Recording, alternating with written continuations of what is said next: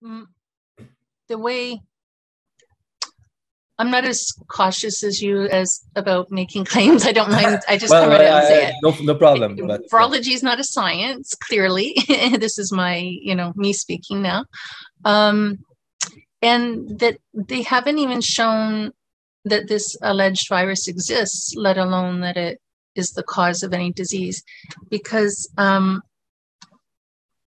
again, nobody has ever shown, for example, that the genomes that they create, that they you can use the transition to get into like what they're claiming they're doing and the whole process if you want to explain like the actual studies and everything, right? Okay, yeah.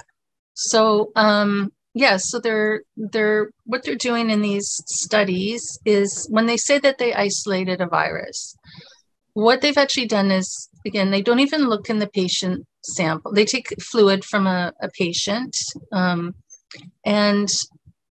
the logical thing, if you really believe that there's a virus that has been making people sick, it's caused infection to the point that it's made people ill, and we're all potentially spewing it every time we exhale.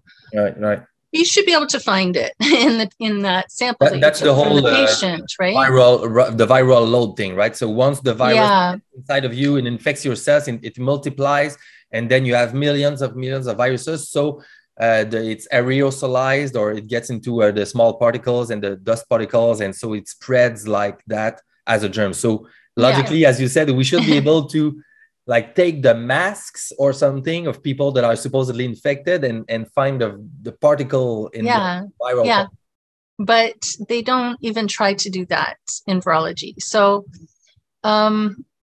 instead, what they do, if you wanted to do it in a logical way, you would look in the patient sample and purify out the particles that you think might be a virus.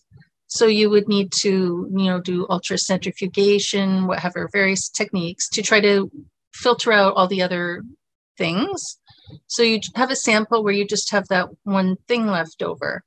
Because again, that way you could extract the genetic material just from that specific thing. It's the genetic material is coming from that and not from a bunch of other things.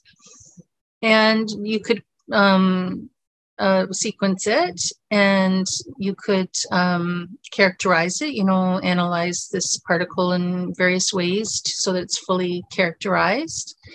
And you could do controlled experiments, and they do animal experiments in virology, but they never do them in a logical or scientific way.